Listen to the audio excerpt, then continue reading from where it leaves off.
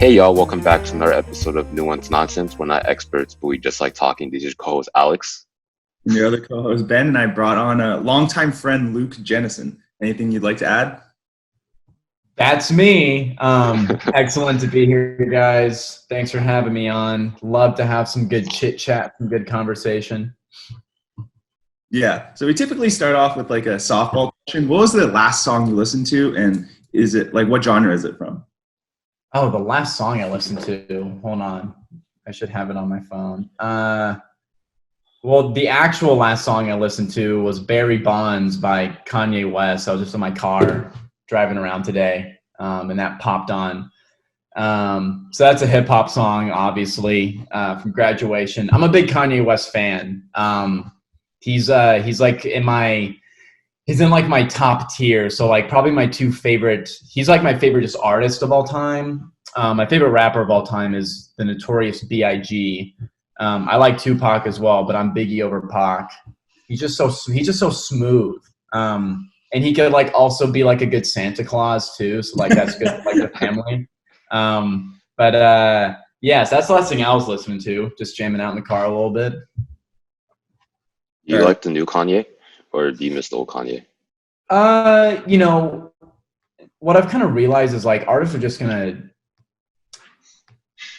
fans feel like artists owe them to like give them the same exact material over and over again. And like I'm a huge old Kanye fan. Like the College Dropout is like my favorite album of like it's my favorite hip hop album of all time for sure. It's just so unique and like just exactly like the genre that I like in my hip hop taste.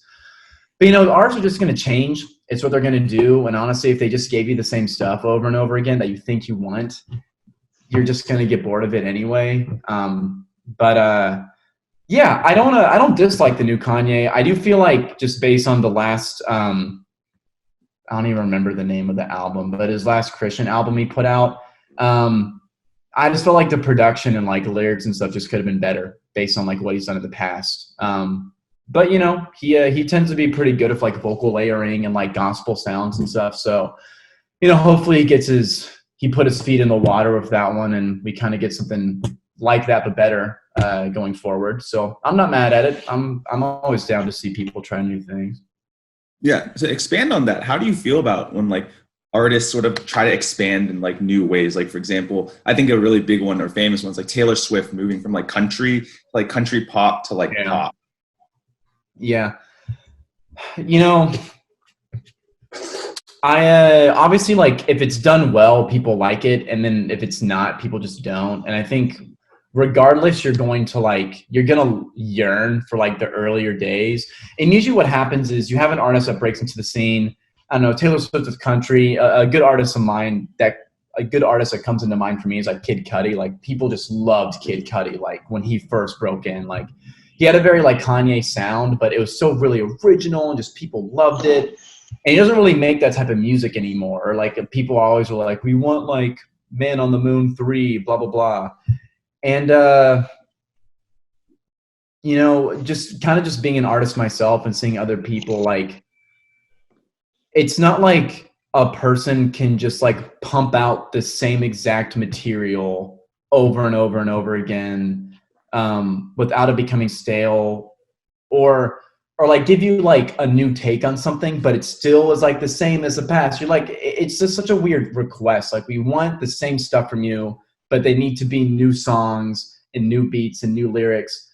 So I think artists are just kind of forced to change and they just will naturally. Obviously there's a lot of just like trap artists, right? Like DaBaby or Lil Baby. Lots of babies in the game right now, oddly enough. But you know, there's a lot of people like that they tend to be pretty consistent with the type of stuff they put out. But I think just in general, artists are just kind of forced to change, and you just got to hope that what they want to embark on, they do a good job with. So I'm all for like when artists change and try new things, because I know like just for me personally, just seeing me like over the past 8 years of doing this, like I very like drastically changed like my approach to making things and the type of stuff I make. And I've definitely like just learned and experimented around with like other types of things I didn't think I'd be able to do. And I think, I mean, that's just from me with like super limited resources, right? You have like an entire label and production team behind you. Like the sky is really the limit. So, um, yeah, I'm all for when artists change. You just got to hope they're going to do a good job and they don't just suck when they do, or hope they can go back to what they were doing.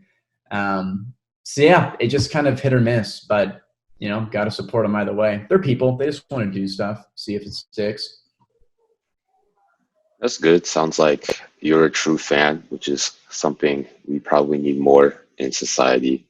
Um, I think it's yeah. I think I agree with you in that. Like, I think it's commendable that people do try to do new things because like if they're not trying a different style, then like why even release like new music, right? Because like you still have the old album to fall back on.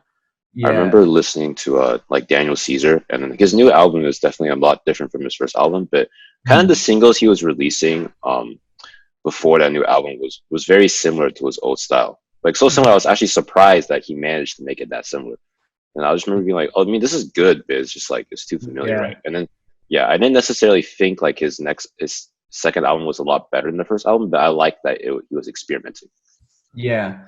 And I mean, like, you have to think of it like this. I mean, most people that start out, I know for sure, like in hip hop, but like with really any genre of music, when you first start making stuff, you're really just mimicking other people you already know, right? Like, you're just like, if you're a rapper, you're like, I really like Kendrick Lamar, so I'm going to try and rap like him. Because you're just learning, you're just figuring it out. I'm sure, like, with singers, it's the same. Like, you just sing covers of other people's stuff, right? Like, you're almost trying to emulate them.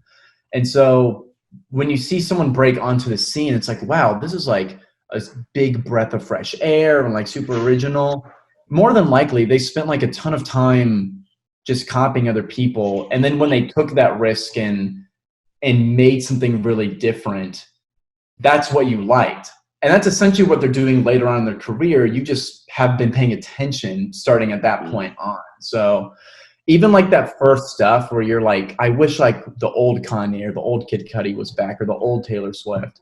I mean, they were taking risk and changing their sound up when they put that on. So even that very first stuff is, they're changing just from their personal history and making stuff. So it's really just kind of like a natural part of making stuff. You're just going to shift. Yeah, I think that's a good point. Like what you said, like artists have already been like kind of taking risk and making changes. It's just like you only really started paying attention like once they got big, and that doesn't like necessarily invalidate the earlier work they've done. Actually, your quote kind of reminds me of something Conan O'Brien said in his commencement speech at Dartmouth. He was kind of talking about like his influences as a like TV host, and he's like, I really wanted to be like David Letterman growing up, because like he was the gold standard for people like when he was a kid basically. And David Letterman really wanted to be Jack Parr, I think, who was like his predecessor at like the Tonight Show. And basically it's like our failure to be who we were not made us like our own unique individuals. And I think that also like really applies in like music as well, where at the beginning like you don't really know too much like in depth about like the field you're in, so you're kind of just like, oh, like I'll just imitate stylistically about who are these players basically. But the more you get into it, I guess the more you're able to have your own understanding, leave your own imprint. Yeah, for sure. This actually brought up like a really interesting thought. So if you've ever watched shows like, I don't know, like America's Got Talent or like The Voice or like stuff like that, I've always noticed, or rather I didn't notice until just now, like the trend is that you sing covers of like other famous songs. It always seems like they all say it's a risk to sing your own original music as opposed to covering someone's famous song already. So I just thought that was really interesting because it sort of further reinforces what you were saying earlier, that like you want to emulate a style until you're established. Yeah, it's odd, man. Like every other genre of music, like people just will like sing covers of other people's songs, and then in hip hop, it's like no one really wants to hear you rap someone else's song. Like no one wants Lil Wayne to rap an Eminem song. It's like, I didn't pay money for this. Why are you doing this? No one asked for it. So yeah, I mean, usually when you kind of start off, oftentimes people like, oh, I guess like in a way you kind of like do what current artists do, because you'll like take like very famous beats or instrumentals that like other people have done, like a Dr. Dre beat or like a Drake song, and you'll make your own version of the song, and like it's your remix or whatever. Like when Drake first like started getting big, it was off of his mixtape So Far Gone, and he took a beat from a Kanye West beat from his album 808s and Heartbreak, his song Say You Will, and he made like this, that was like one of the tracks on it. It was like a really big track. People were like, oh man, this is like awesome, blah blah. But in a way it's like a cover, because like you just took this other dude's beat that everyone knew. So yeah, hip hop, it's so similar for sure. It just has its own little like offshoots, some little fun little quirks here and there. What do you think the future of like hip hop in terms of like, because there's like little subgenres that'll pop up. I know like there's like, there's gangster rap that was really popular, and then Kanye actually kind of changed that, right? He made rap more introspective, more vulnerable. Yeah, I mean, he did a lot of things for sure. I mean, there's just so many subgenres of hip hop now. I mean, now like rap, just like by the numbers, is the most highly consumed form of music in the country and then globally as well. So I mean, it's pop music now is what it is. And so, man, it's hard to say what's going to happen, because like it's so centered in terms of like, Ariana Grande has that song Seven Rings, which total banger alert if you ask me. But I mean, that song is just like a rap song. It's just Ariana Grande making a rap song. Like, what in the world? Or like Taylor Swift had her like Reputation album that like I dislike a lot. But I mean, essentially all of her instrumentation on that is trap music instrumentation. Like it's like hi-hats and stuff like that. Like, so like even like these artists are like biting and using, they're essentially making hip hop music.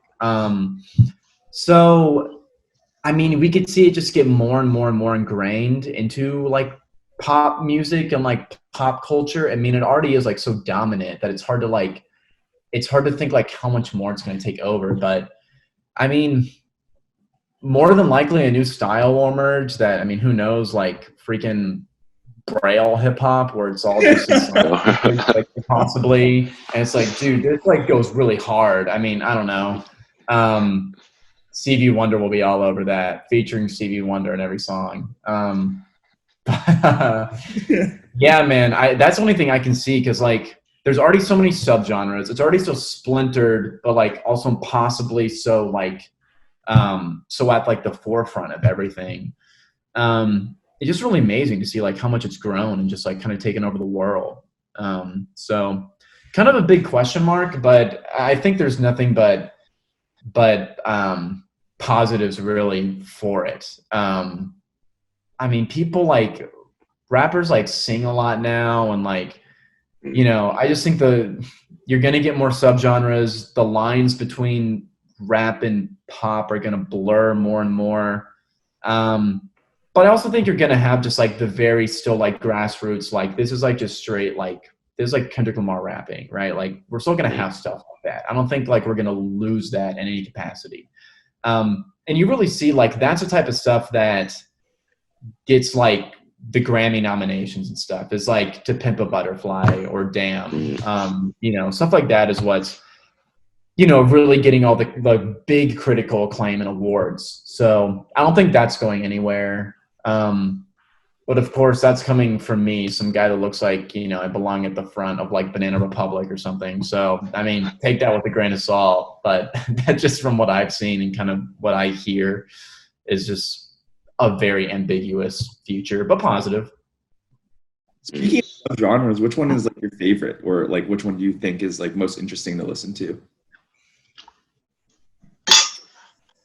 Man, I definitely like, there's kind of two. One, I am a big like old school fan. I think just like a really nice like kind of old school beat, and like just like some really smooth, like, something like, I mean, very much like Biggie on, you know, a song like, I mean, just such a cliche, but like Big Popper or something. It's just like, it's so smooth, it's so confident. The beat just really bright and vibrant and just really funky, and you get into it. So I'm definitely like a big fan of when that's done well. I'm also a big fan of like when you kind of blend genres where it's like hip hop, but there's like kind of some jazziness in there, and there's like some soul and some funk baked in as well. I think those are just like, it's a really great blending of genres, and you just get this like really, just like this really smooth, intoxicating sound palette. So I mean, not that this is like a rapper, but like, you know, the artist Masego makes like very, you know, he's like an R&B artist, but like there's like a lot of hip hop like instrumentation stuff built into it, but he's like very smooth, very jazzy, and like his stuff. So kind of stuff like that tend to be some of my faves. Yeah, when you said like funk and like jazz influences, like, oh yeah, that's definitely like To Pimp a Butterfly. Like there was a lot of like jazz and like soul influence there. Yeah. I think yeah, I think Anderson .Paak is someone who I also think about when someone who's like more a traditional like R&B singer, but then like can also rap. And like I think that's like definitely like another genre that's like kind of like the lines are being blurred like in between. Yep. I mean, at this point, I mean, kind of what you've seen now is hip hop is like swallowed R&B, like it's annexed it into its like fold. So if you look at like any like hip hop award show or like any hip hop magazine, like freaking Chris Brown and Rihanna and Beyonce are like all getting reported on and stuff. It's like, well, they're not rappers. Like they're just other musicians that like make hip hop music. But at this point, like it just annexed like that genre into it. And so that's like part why you see like a lot of that blending is like, it's like a brother and sister community almost. And it's been doing that with like a lot of other stuff. I mean, rappers work with like electronic music producers a lot now too. So you'll see like blah, blah, blah featuring Skrillex. You're like, Skrillex, is this middle school? But like it's still happening. And that's you see that, I mean, once again, like you see there's like a lot of pop crossover. Ed Sheeran freaking dropping some terrible project featuring a bunch of rappers. Like, Ed Sheeran, why are we doing this? I don't need someone that looks like the Wendy's logo to be like putting Busta Rhymes on a song with him. So, but I guess I won't diss Ed Sheeran anymore. I'm sure he's a nice guy. I'm actually not sure. I've never met him before, but he probably is. Maybe I'll give him the benefit of the doubt. So educated guess. But yeah, I mean, it's just annexing stuff like crazy, and like when that happens, like you're just gonna get the lines blurred a lot. I know with a lot of my stuff, I like to keep it pretty traditional, like in terms of like song structure, and I don't like to really be too experimental with stuff that I do. I am like a big fan of like kind of just the straightforward hip hop song. I don't think there's like, it's not done like as much anymore, and especially like a lot of like the chart topping things they tend to like really heavily like, it's not really you have rappers in it anymore. It's like a lot of times it's very much like just kind of singing with like the hip hop instrumentation, which is like a lot what Post Malone does, right? I mean, he's essentially a pop singer that pretty much exclusively sings over hip hop beats, which is like why people like him a lot, and like he kind of modernized that. So you see like a lot of that being very popular right now. But I think for me, like I just like really like kind of the more straightforward stuff. And I think you can get like a lot of really just interesting, great tunes that way. So I kind of like to stick with that in my own personal approach. Yeah, we forgot to introduce you as a rapper, but to tackle the elephant in the room, what was your journey into hip hop like? Sure. So when I always used to listen like to whatever my sister listened to. She's 4 years older than I. And so growing up, I listened to like a lot of alternative stuff, like, I don't know, like Fall Out Boy or like Panic at the Disco. 30 Seconds to Mars back when Jared Leto was like, people weren't memeing him all the time. The Academy was another big one I was into. And then she showed me like the song Right Above It by Lil Wayne featuring Drake. Banger alert. But I like love that song. And there are a lot of curse words. And I was like, I shouldn't be listening to this. Like I knew my parents would not want me listening to that, but I liked it a lot. And so I had a red Honda Pilot in high school that I would drive, and I would have my aux cord, which is like a cassette CD, like a cassette auxiliary thing, where like how does the technology even work? Like technology in general is so baffling, but that specific piece of equipment doesn't make any sense at all. Like it's a cassette, but it plugs in your phone. Like, is this just a lie? Like, is the simulation real? Like, there's just no way this works, but it did. So I popped that sucker in. And me, like little, like 16-year-old me, who looked like the Macaulay Culkin in Home Alone, and like hadn't hit puberty yet until like 18. I was like, I just kind of like would freestyle sometimes just for fun, just by myself in the car. And after like a few times, I was like, not too bad. And like, it was a little Dr. Seussy, not gonna lie, but like, you know, I was still able to like rhyme every single time I would do it. And then I just did that more and more and just got like a really, really good at it. Freestyling is like one of my fortes, for sure. So that's something like people like tend to know me by, or like it's definitely like a party trick. Like even at my job, like we're having a happy hour via Zoom, of course, and they're like, "Look, will you like freestyle for us?" Like my director's like there and stuff. I'm like, "Yeah, sure, guys, why not?" Yeah, it was like kind of through that I got really interested in like actually making real stuff. And then, yeah, the rest is kind of history there in terms of like how I first kind of got into stuff. Yeah, kind of talking about your director asking you to freestyle at work. Like, how much do people at work know about, I guess, your rapping career?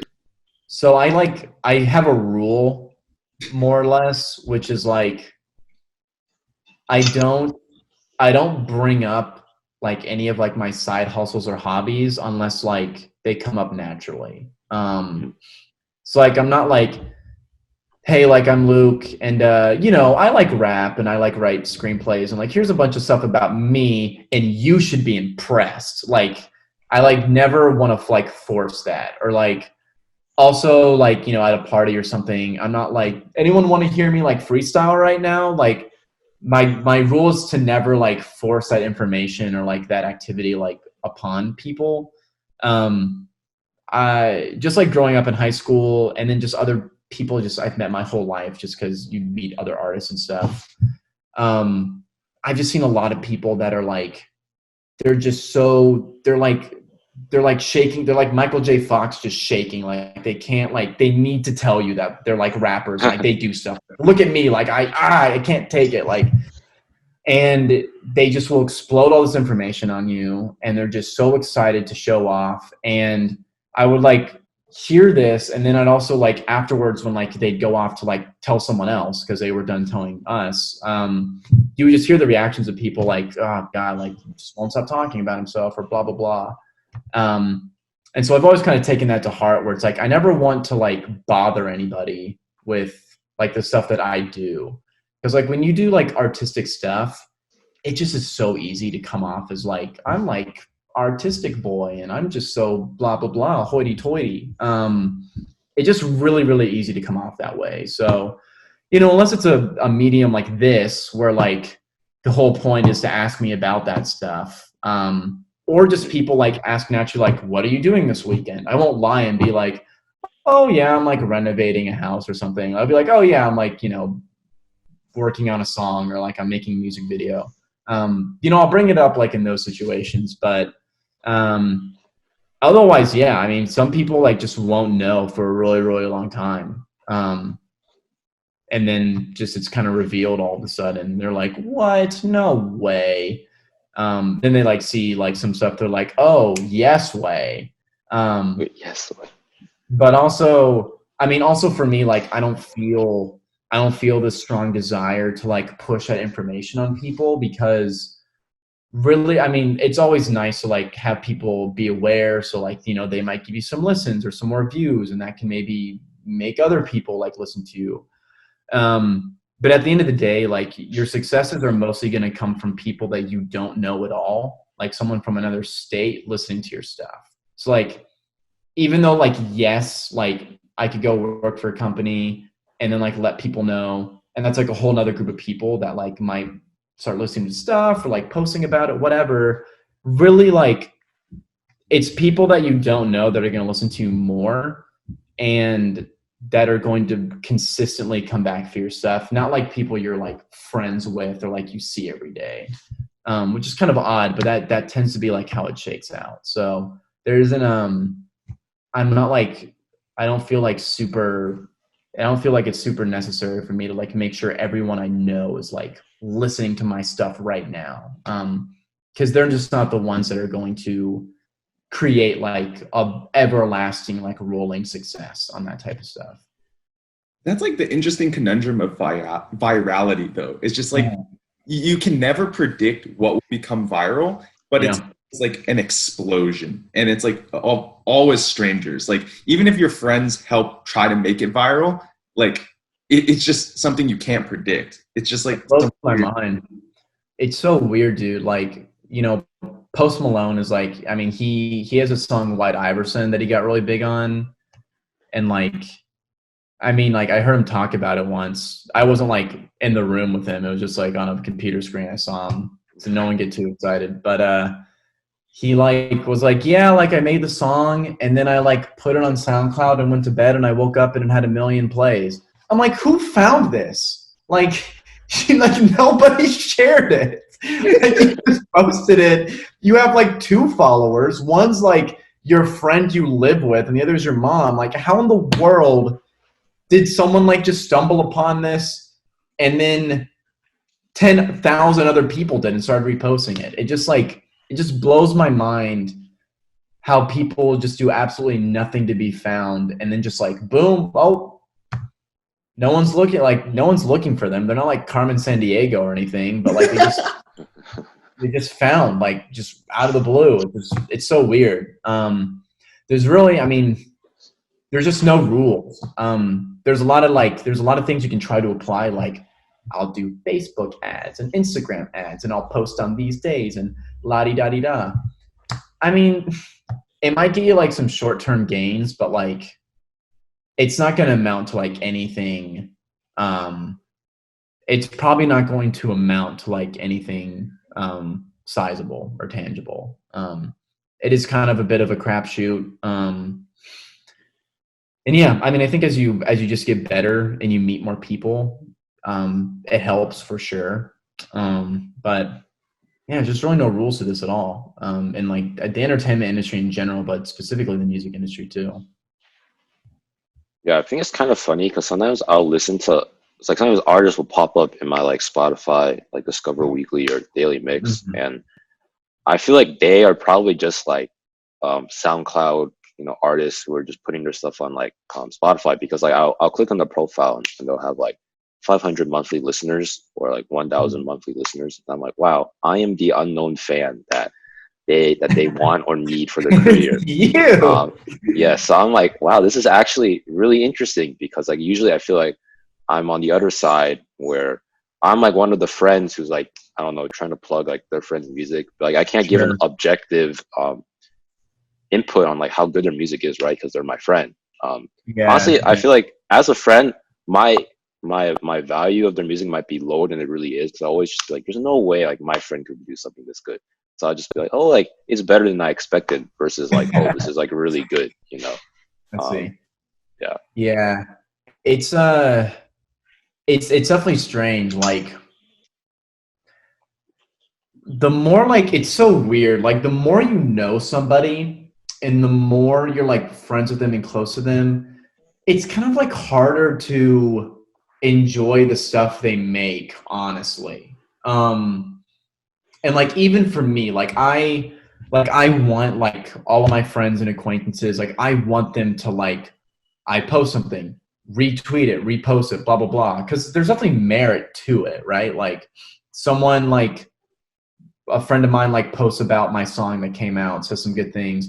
Okay, well he has all these followers that like don't follow me, so one of them might see it. Oh, and they like it, so they're gonna retweet it, and now that's a whole nother branch. So like that could definitely happen, and I've seen that happen just with other people I know who like they have like the ride or die friend groups. It's like, yeah, bro, like they're like hype men, like their personality revolves around being friends with the other person. And like I've seen songs do really well because of stuff like that. So like it 100% can happen, but man, when you're like friends with someone, it just it it makes like the listening experience harder. Like even just people that I know, friends that I have, or just people like other local like artists that I've met, even if I like think a song of theirs is like really good and I like it a lot, it feels like a little weird to listen to it just like on my own time. Mm. Even though I know if I stumbled upon it on Spotify or SoundCloud or whatever, and it had like, 40,000 views and I didn't know who they were, I'd be like, oh, I like this a lot. Let me save it. And like I listen to it a lot.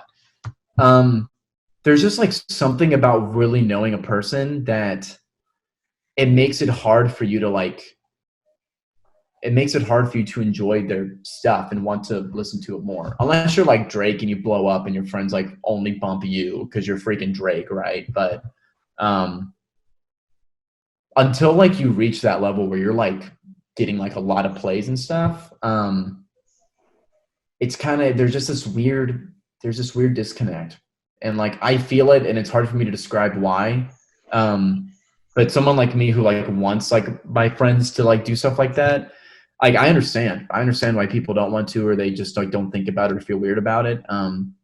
You think it'd be the opposite, but it's not. Strangers are going to be your biggest supporters, and that's why it's so hard to build that traction. It's like strangers, like I'm gonna stand outside of a sign, like a freaking car wash sign or something, like download my mixtape or something, and the arrow's just pointing down with the URL you can't copy or paste. Like, so yeah, it's a weird situation.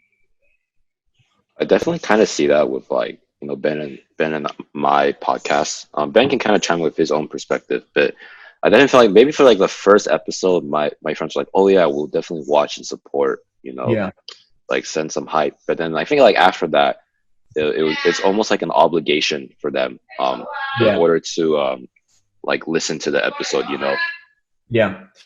I mean, yeah, people's time is just like limited, and like you really have to choose like what you want to consume. And so, I mean, you think about like even just like a 3-minute song, right? You have like I make a new song. For someone to like listen to it, they have to like take time out of their day, sit down, consciously be like, Luke has a new song, let me listen to it, put the headphones in or go to their car or whatever, play it and listen to it all the way through.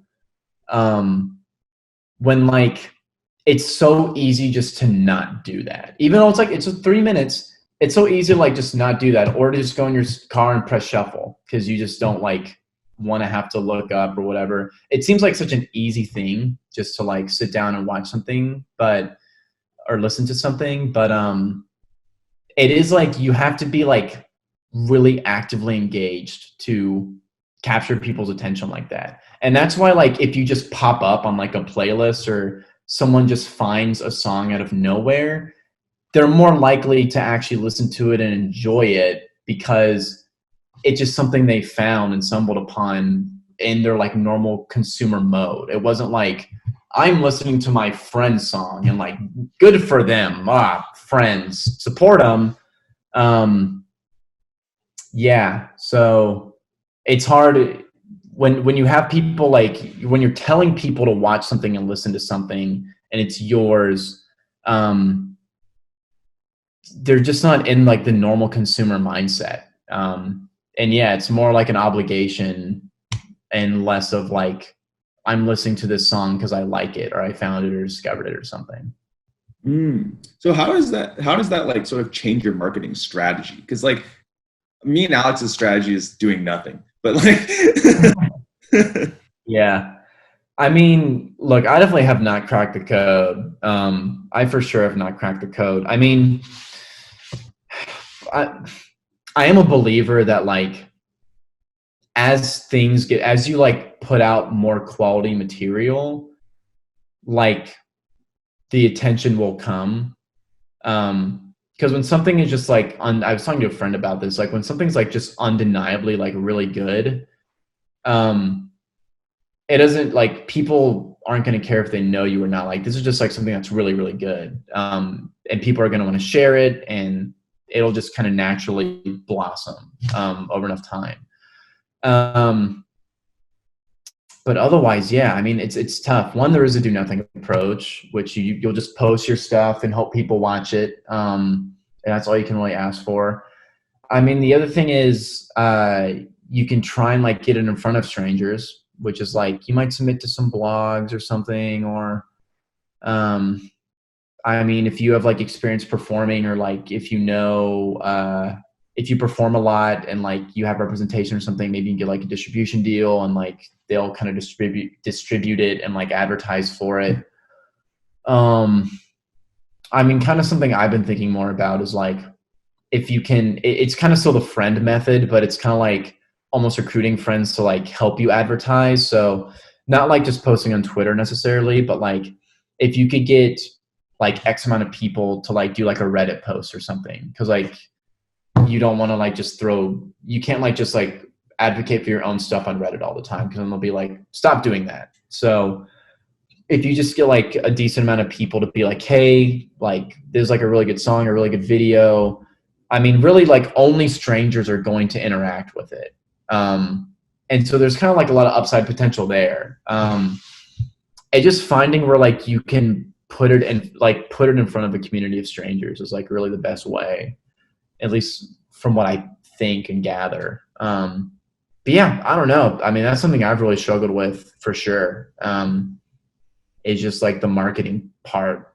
Cause like it's like reverse. Like the bigger you are, the easier it is to market. But like, well, how do you get big in the first place? Well, you have to market your stuff, but you can't. So like, it's like this weird, it's like a catch-22 almost. So, yeah, I don't have the answers unfortunately yet. So, you know, we'll to see. build on Maybe something you said earlier, when do you know when something is undeniably good? Because that's like basically like the top status. It's like yeah, hard to decide. man, it's tough. Like, you know, I'll make stuff and like I'm working on stuff now and I'm like, this is really, really good. It's always hard to judge for yourself though, right? Because you're just the most biased person. I mean, my mom probably like is maybe more biased than me because like I sneeze and she's like, oh, good job, Blue. God bless you specifically. So like, you know, I mean, she's always like down to support whatever, but you really have to like just try and step back as much as possible. And I mean, that's like why it's good to have like people in your circle, kind of like a team of sorts, because you hear like artists talking about like songs that like really popped off. Like I know like Jack Harlow relatively recently, like he has that single What's Poppin', that like just exploded on the scene when it came out. And you hear like I've heard him talking about it and it was like, once again, not in person. I don't know him personally. And you hear him talk about it and he's like, yeah, there's just this like vibe in the room that like this is like really special. And you can have that like feeling yourself, I think, but it's really when like an entire room is like something like kind of special was made here. That's like how you know. So I think you can identify based on if you kind of have like multiple people around you and it's like this feeling. It's hard to discern yourself though. It's definitely really hard to discern yourself when you hit that undeniably good thing. I think you can definitely mark your progress though. Like I definitely just see like the stuff I put out now, like, is just getting better and better and better. I think like that's just like true of just like where I am currently in like my career here. But yeah, when you get to the undeniably good, you get to your magnum opus. I think that's really hard to figure out, but kind of just a feeling, I think. I think like even then it's like even if like you're really popular or famous, it's like still hard to reach that undeniably good like category, right? Like not everyone is universally acclaimed. Even artists that I thought were universally acclaimed, like Kendrick Lamar's Damn, like at least according to Reddit, like it's not super popular amongst like r/ like hip hop heads or whatever, So you always have your haters. I mean, definitely just like a quick sidebar on him, like definitely it seems like people are like, they just froth at the mouth that like To Pimp a Butterfly, like it's just the best piece of work ever made. And like, it's a really amazing album for sure. Yeah, even like just some music critics I like watch on YouTube, like they liked Damn, right? But they weren't like, holy moly, stop the presses, everybody. So yeah, I mean, everything's like subjective, right?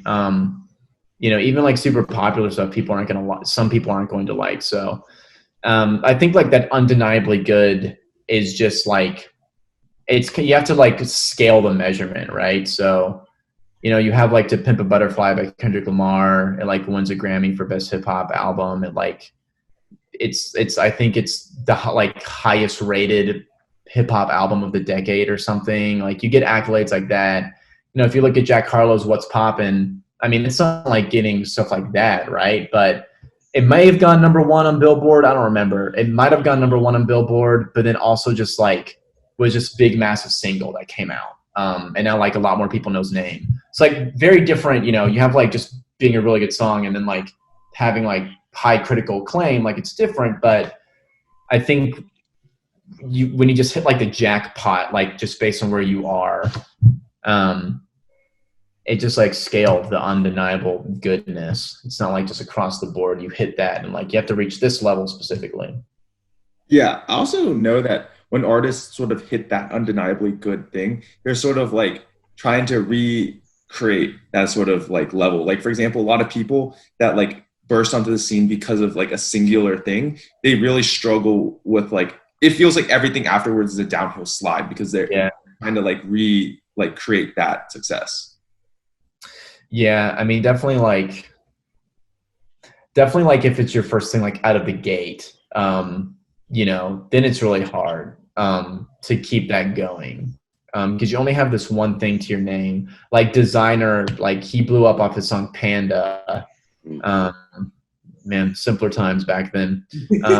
But he blew up off his song Panda, and man, he like just didn't have other material out. Or I'm sure like he's made other stuff, but like as far as like what the consumer had access to, it was like that and maybe one other song, maybe. I don't even know if it was out at the time, but the only consumable piece of music he had out was this one. And so when you have a situation like that, I think the follow-up is really hard. But like, if you have a situation like Jack Harlow where it's like he has like all these other projects and like he like already had kind of popular songs like in his like fan group and his name was kind of popping a little bit. And then like he just had like now like a lot of people know my name. Now like I'm in like pop culture like status. Then it's like you already have the stuff you already have your base and the stuff you make after that people are going to want to hear. But when you just have that one thing and that's it, it's definitely hard to follow up because like you only have the one reference point.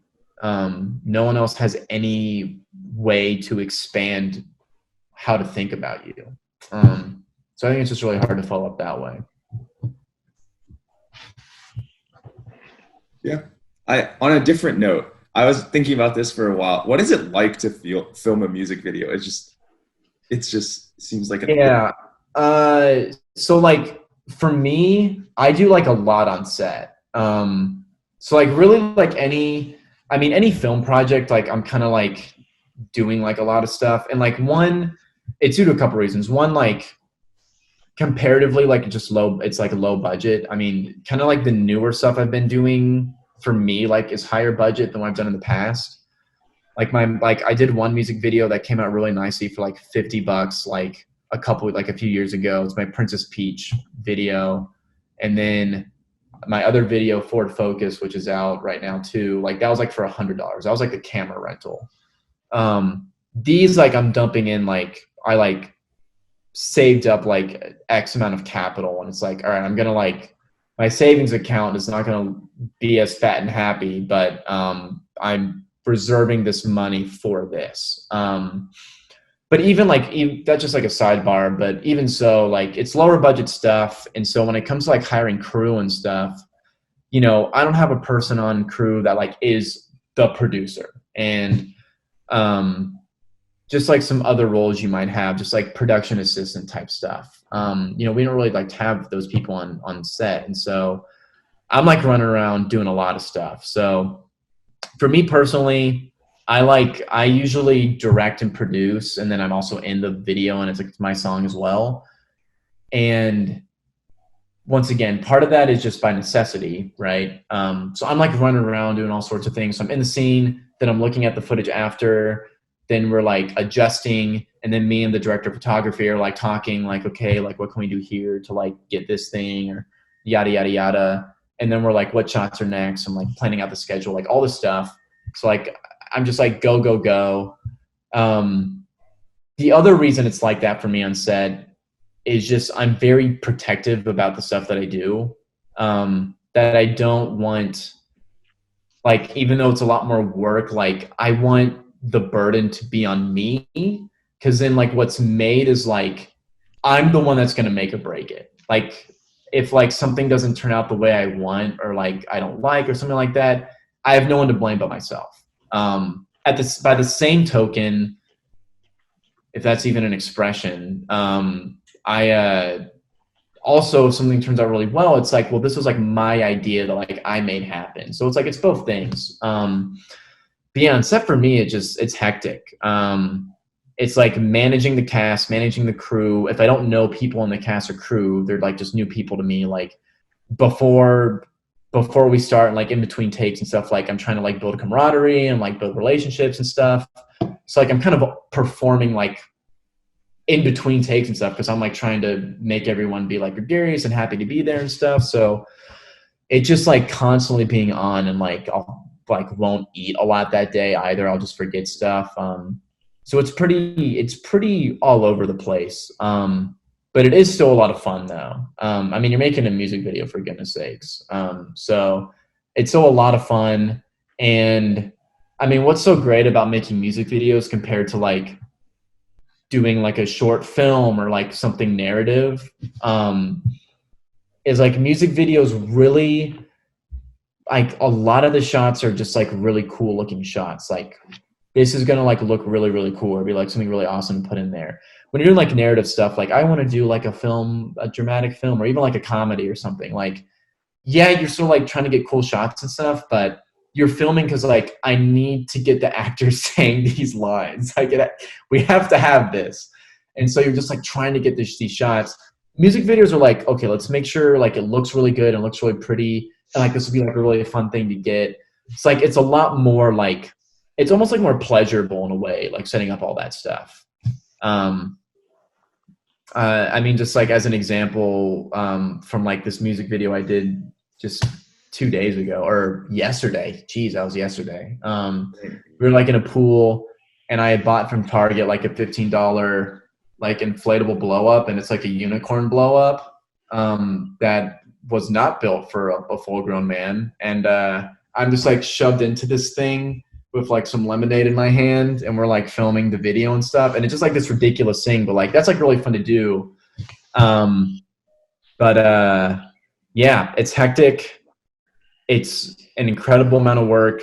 There's always a time on set where I'm like, do I even want to do this anymore? Just like there's like this loss of hope, not because things aren't going well, but just because we've been going for so long. And because like I help put the shot list together and schedule things out, and like I'm like in pre-production, during production, and post-production, I just know how much work is left. And I'm like, oh my goodness gracious, there's so much left to do. We've already done so much, but yeah, it's a lot, but it's definitely really rewarding to do. So crazy, but a lot of fun at the same time. How long does it usually take to shoot a music video, or even like kind of assemble the crew, like the director of photography and stuff like that? So it definitely depends, for sure. It depends on the stuff you want to get. I tend to do 2-day video shoots is what it usually is. I mean, like in general, like a full like day on set, like just in the industry, seems to be like, especially like in TV shows and stuff, you're doing like a 12-hour day or something. For me, like we're not putting in that time. One, we definitely have like a smaller crew and a lower budget, so we don't have like all these like extra like accessories and gadgets we're trying to use in the thing. So like it's quicker for filming stuff. So I mean, for me, like I don't know, maybe like 8 hours a day. It really will depend. Like this one video I just did, we did like 3.5 hours one day, which is like really short. Like it wasn't a big day at all. And then the next day we were filming we were like on set. The call time was 12:30. We had a break from like 4 to 6, and then we filmed from 6 to 11:30. So like that's a pretty big day, right? Like that's a lot. And so yeah, like I mean, probably if you were to even those out, I haven't done the math, and I'm not gonna like sit here and try and do it wrongly, but I mean, yeah, probably like anywhere from 6 to 8 hours a day, just in my personal experience doing it. As far as crew assembly, that also depends. When you're doing it for the first time and you don't have like the connections to your crew, and you don't know, like there's a lot of like legwork done to find the right people. Because you want to make sure, from what I've seen in Dallas, a lot of people will just like hit up some like Dallas like people that like they know somebody or something. It's like, yeah, we do videos. From what I've seen, it doesn't tend to be like that high quality. Not to like diss any like Dallas production studios, or like they're also just kind of like grassroots people that just don't have like the same experience that a lot of people have. The people I use are like UT. At this time, they're UT graduates from like film programs and schools. So like obviously like a really good film school at UT, they know so much and are just so talented. Really grateful to have those guys kind of as part of my crew. But assembling them to begin with, I mean, you got to know some people, you got to have the connections. And now I kind of have my go-to people. Like I know, like when I have a music video, I'm going to hit up these 4 or 5 people. And that's like who I'd like to have as my crew. If I can't get them, or I can't get all of them, they're still plugged into where they can reference other people for me at this point. So crew assembly doesn't take as long now, music video wise. If I'm doing something else, like if I'm doing just like a straight film thing, that might take longer. It just depends how big you want the cast, or the crew for that matter. But yeah, I mean, obviously there's a lot of other pre-production stuff like finding locations, and you have to come up with the idea, and like then you have to figure out the shot list and stuff like that, and you have to get all the props, which I hate doing that, but you have to do that stuff. And that will span, like I try and like do that stuff like a month or more ahead of time, or at least start doing it. Because otherwise you'll just have like 3 straight days of just doing a bunch of like almost like chores beforehand. So it's a lot to do it well, but it definitely shows when you put the time and effort into it. Yeah, for sure. I definitely can see how involved you are. with how much you went into with like finding people and finding locations and finding props. But yeah. Do you also edit your music video, or do you leave that to someone else to do? I do not edit my own music video. So what I'll do is, I mean, usually like I have a very clear idea of what I want. Um, and there's like really, I mean, there's really like two big parts of editing, which is like you're gonna cut the footage together that you want. So like this scene cuts to this scene, cuts to this shot, like right, like there's that ordering. And then there's the coloring process, which is like you film and log. So you're just filming outside, and this is like what the screen looks like. And then you get the editor going and they color it. Or maybe you just get someone totally separate to only color the shots. But they're the ones that go in and mess with the lighting and like make make all the lights and make the color like really pop and look really nicely. I have no technical skills in that at all. I don't know the software. I did not go to film school. I was not trained in that. A big thing for me at this point, and this like is the same with like other parts of making songs and stuff, like mixing and mastering and like that technical stuff. At this point, I'm so committed to having the most professional quality stuff that I can make like at my level that I don't find it worth it to experiment on songs I'm making for me to try and mix it or for me to try and color a video. Because I'm just not going to do nearly as good as a job as like somebody that like they professionally do this. Like this is like how they make their living. Like they're really, really good at it. And I don't want to make a song and make a video and then put a product out that isn't nearly as good as it could be just because like I want to try and like learn the stuff. It just isn't worth it for me personally. So I hand that stuff off and I'll be like, all right, this is the video concept. Here's like the shots we did. I'll like try and label them like, you know, you have like the slate at the beginning. So I'll like try and label them like as the scenes and the shots, and like for the intro, stick to this footage. And at this specific part on these lyrics, you're going to use this shot and blah, blah, blah, blah, blah. Or if there's like some like special effect we're going to throw in, like this is how we shot it. So you'll be able to do that. And like, here's how I want it to look. So I'll like send this very like super detailed amount of notes, which like, I freaking hate typing these notes. It's unbelievable. It takes like so long to type these darn notes. It takes like an hour to type the notes because you're just referencing so many things. You're trying to be like, you're trying to describe how something will look, but just like typing it out. So on this shot at this time during these lyrics, I want this to happen, blah, blah, blah. It's just like very tedious and bothersome, but kind of necessary to get across what you want. But yeah, that's what I'll do. At the end, I'll just hand it off to somebody and they'll take care of that type of stuff. And we'll just go back and forth on notes with it. Okay. So I'm assuming if something that you don't like happens in post, you just continuously keep going at it until it's fixed. Yeah.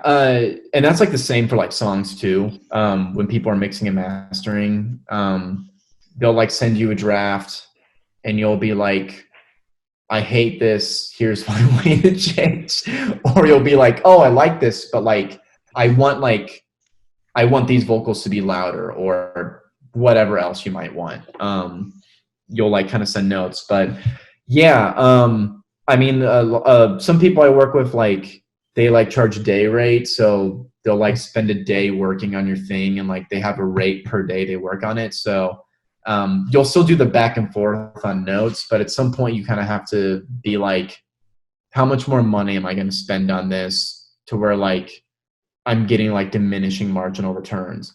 Economics, anybody? But yeah, at a certain point, you don't want to keep like, you just can't keep like racking up bills because you want like little things change here and there. But yeah, it'll be like a back and forth like notes process to get that stuff down. Wow, I've definitely seen, at least from an amateur's perspective, who just casually listens. I don't want to say casually listens to music because I feel like everyone listens to music to some extent, or like, they have like their fan base. But yeah, just how much work is like put.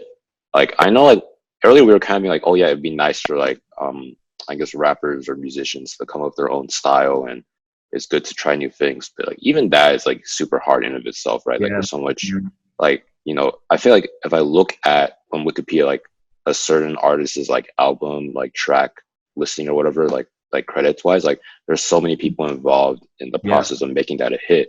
And like there's like, you know, more than like maybe like 2-3 producers on like each song. So Yeah. yeah. Man, I'll tell you what, like maybe it's like easy for like people who are like really in the industry, like Anderson .Paak or whatever, but all these like very small things, like sometimes you'll be listening to a song and then like they might have like just in the middle of the song, like they'll have some girl like say something and it's like part of the song. She'll just like cut it and say, it's not like a singer, right? It's just like a little add in, whatever. Little things like that like will take me so long to procure. Cause like I have to find like if like I in my song Ford Focus, there's like kind of a little skit as it like as you transition from like the second verse into like the third verse. And it's like, it's me and this girl and we're like kind of arguing back and forth because she's like, your Ford Focus is terrible. And I'm like, no, it's an amazing car. And it's like this back and forth thing. And you think like that'd be easy. Like what? It takes like 8 seconds of the song, maybe. That took me forever. I had to hit up like 5 different people. And then they would kind of be like, well, I don't know if I like want to do this and blah, blah, blah. And like, it's just huge back and forth. And finally they're like, no, I don't, it's not for me, but thanks for asking, like whatever. And then you finally find somebody that like, is like, yeah, for sure. But even then, like you have to make sure like, you're not just asking someone just to like get vocals put on there. Like you have an idea, like how you want the person to sound. Like you're kind of choosing based on like what their voice will sound like. And so you have to be picky, but also like you're limited in like who you can ask unless you just start asking strangers, can I hear your voice and can you then come back to my closet to record something? What am I, a serial killer? Like what in the world's happening here? So like just that like little like 8-second thing, it took like a month to find somebody. And then even then my original idea, I had to change to work with the person I was doing it with. So just little things like that, just like it so much like goes into it, like, and it takes so much time. So I'm sure like at the industry level, like you just have someone you can just call in like that more than likely. But man, when you're just like hustling on your own, doing stuff like that can like, it can really like eat up a lot of time and be pretty difficult to make happen. So you got to really want to do like what you're doing to put something out that like is fully what you envisioned.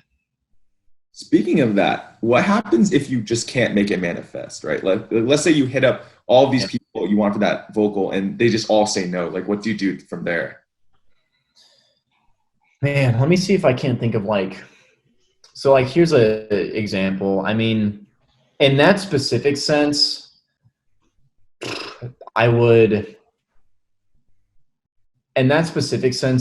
cut the original idea and I would just find like something else that like either I could just do there or I'd repurpose it to where like I have like another, like instead of having a girl do it, maybe I would have some guy like do something and I'd make him like, cause it's like, the song's called Ford Focus and I'd maybe have like some guy on the radio come on and say something at that time. So I like change the skit entirely. Like, you know, just off the top of my head, like that's what I might do.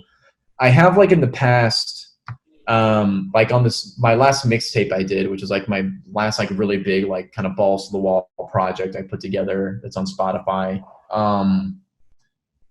I was working on this one song that was like, it was like in my mind, it was one of like the cornerstones of the project. Like this song like has to be on there. It like carries a lot of the themes of the project, blah, blah, blah. And I was talking to this producer and I was like, hey, can I use this thing? Like we had been talking about working together and he had like some stuff. He's like, yes, like you can totally use this thing. And I'm like, awesome, thanks. And then I write the song and all this time passes and I don't have like the stems, like the track outs, which are like all the individual pieces, like the drum kit broken out, hi-hat, snare, toms, the sample, whatever, like everything broken out so you can mix it and everything.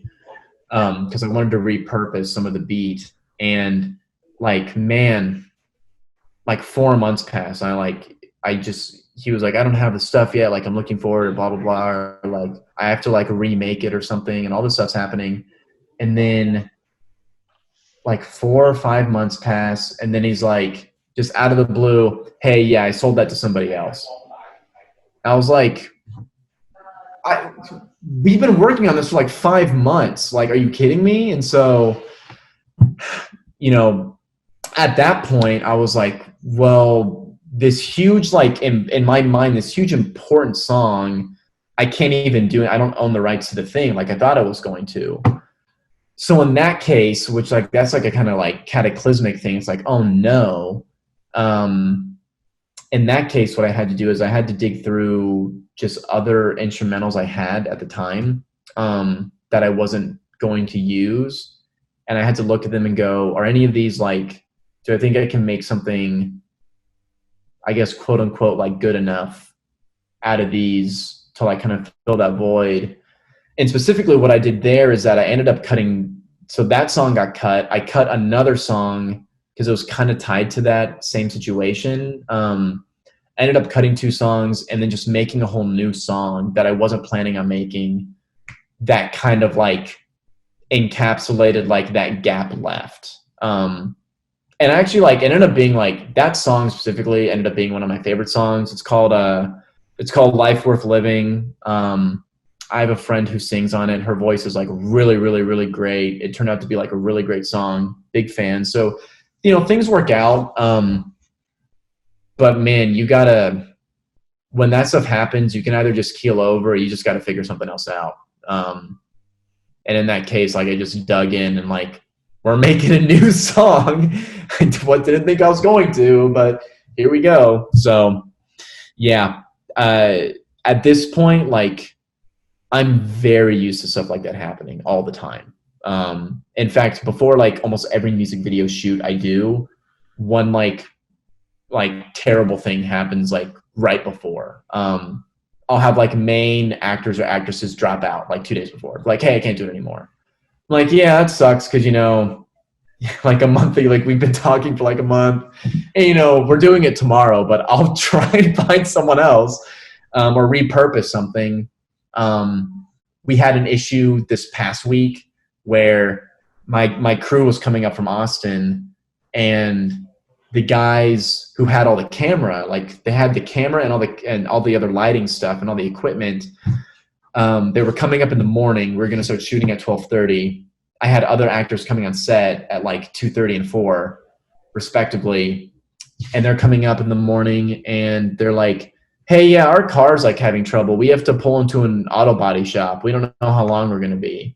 And I was like, oh no. So like, for like an hour, we were like, for like an hour or two, we were like, it's possible they won't be able to make it up.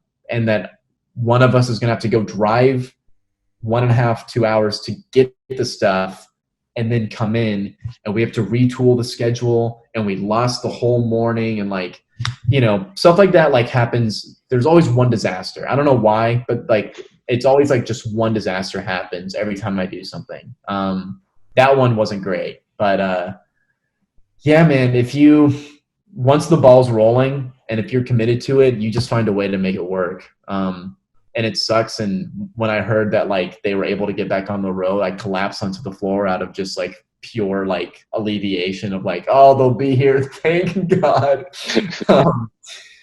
Like, yeah, it takes years off your life for sure. If enough of these things, I'm going to be dead at like 40 just from natural causes. But I like this. It's a ride for sure. Yeah, that honestly, like I feel like that could be its own show. Just like watching things like not work out and just like for this episode of the week, you know, dude, that's just uncut gems. That movie. Oh yeah, I don't know if y'all have seen that, but that whole thing is just like I watched it for the first time like a couple days ago, or like I don't know. The day doesn't matter. No one cares. But man, that thing was just like stressful from start to finish. it was just like all these expectations and then nothing worked out. You're like, holy shit, what's gonna happen? But yeah, no, that stuff sucks. That's like it's almost like a muscle you have to develop because it's just gonna happen no matter what. And like it happens in life all the time. Like not just like if you're making Absolutely. a movie or something, but that just happens. Especially when you're trying to do stuff. So what I mean by that is like you can just, go to work and like do whatever, blah, blah, blah. But it's like hard to do things. It's hard to be like, I want to do this. Let me make it happen and do it. And inevitably something is going to go wrong in your plan and it's going to potentially derail the whole thing. And it's so easy to just be like, screw this. Like, I'm not going to deal with it and just like drop it.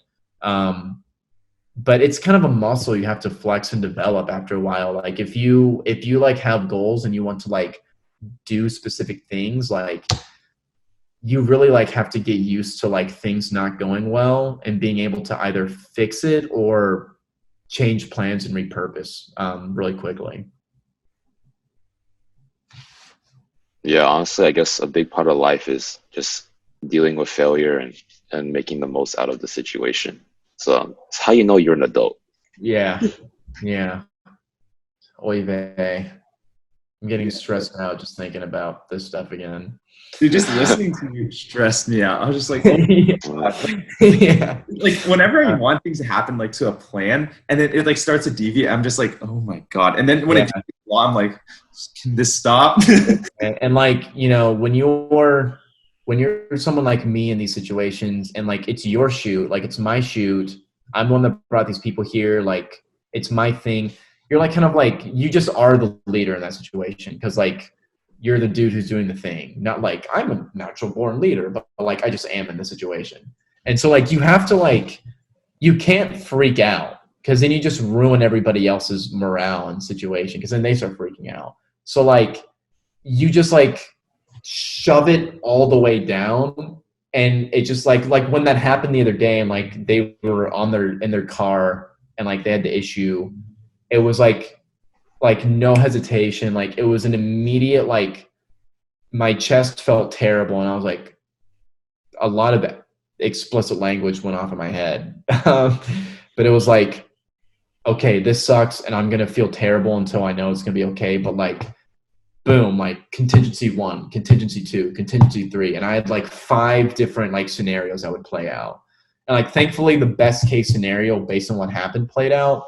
But like, I like had all these other scenarios of like what we were going to do to make it happen. And so you're freaking out about that. You're thinking about the contingencies and then you have to actually do the thing. So it's tough, man. It's not easy doing that stuff. Yeah. I mean, I'm like, definitely for me, I just have this kind of, I think a unique thing about like me and my personality, not like it makes me better than anybody, just a unique thing is like, if I want to do something, to me, it's more like a need rather than like, that would be cool to do one day. It's more like, I think of like a song or something. I'm like, I want to make that. And then it's like, I will die before I don't do this thing. And so that's like really for anyone that has any goals, like even if a goal is like, I want to go on vacation in the Bahamas or something, like it really is like something that's really difficult to do. Even for someone like me that like is just so committed to making things happen, like it's hard doing things. And I do wish that like people, when they like say they want to do things, like would commit to them more. Cause like you just people like just become more interesting and like more cool stuff gets out into the world. But man, like I get it. I get why it's easy to like not go for it. But yeah, that's definitely something that like I've had to develop over a long time and kind of take baby steps into like, let me go a little bit bigger with like everything I did and kind of develop that like muscle and just that like a natural process. But yeah, I think that's something that I hope that just more people get better at. Even like stuff like this, like the podcast stuff. Like it's not easy like doing this stuff. You have to freaking set the schedule. You have to do the prep. You have to find the person. Oh, this person flaked. Like screw us, right? So then we have to find someone else. You know, so there's a lot of work that goes into stuff like this. But it's always great to see people doing stuff like that. Thank you. Yeah, as you're saying that, I was like thinking, I was like, yeah, you know, the beginning of this podcast was pretty tough. Like we knew even less of what we were doing than we did before, and I think there was a lot of stuff where like, you know, we would kind of say stuff that we shouldn't be saying in terms of like, you know, telling other people's stories, and then it's a complete mess. But then we learned from that. You know, we got better. We became less awkward, and yeah, it's really through like the obstacles you run into that you're able to truly grow that muscle. Mm-hmm. Yeah. Oh man, yeah. I'm just gonna rile up thinking about all that stuff. Deep breath for me. No. Yeah, to start wrapping things up, because we hit a little bit over the time mark here. Okay. Plans post-quarantine, buddy. Man, plans post-quarantine. I mean, you know, I have flight benefits from American Airlines at this point, so love to use those to kind of get out. I was like the week that like coronavirus was like knock knock, I'm here. I was actually going to go to Argentina, and then those plans got scrapped because, you know, the world had a pandemic start. So I am itching to like kind of go on some cool trips pretty soon with those benefits. So that's definitely there. I mean, in terms of like project stuff I'm working on, like I just found ways around it. That's like another thing I had to do. Like how do I do this stuff in this climate? But I mean, I've kind of like found ways to do that. So project wise, nothing is really going to change for me. Things just might be a little easier to do, but yeah, mostly just want to kind of get out of the country a little bit, go to some cool places, try and enjoy life, have some delish food, maybe see a beautiful sunset, take a picture of it, no filter, #sunset. So we'll see. Yeah, for sure. Just being able to live life. But anyway, this has been a fun episode where, you know, we've listened to Luke kind of, I don't know, give us the end on the industry, or, you know, what is it like, you know, actually putting in time into rapping or making music videos. Yeah, but this is Nuanced Nonsense. We're not experts. We just like talking. Signing out.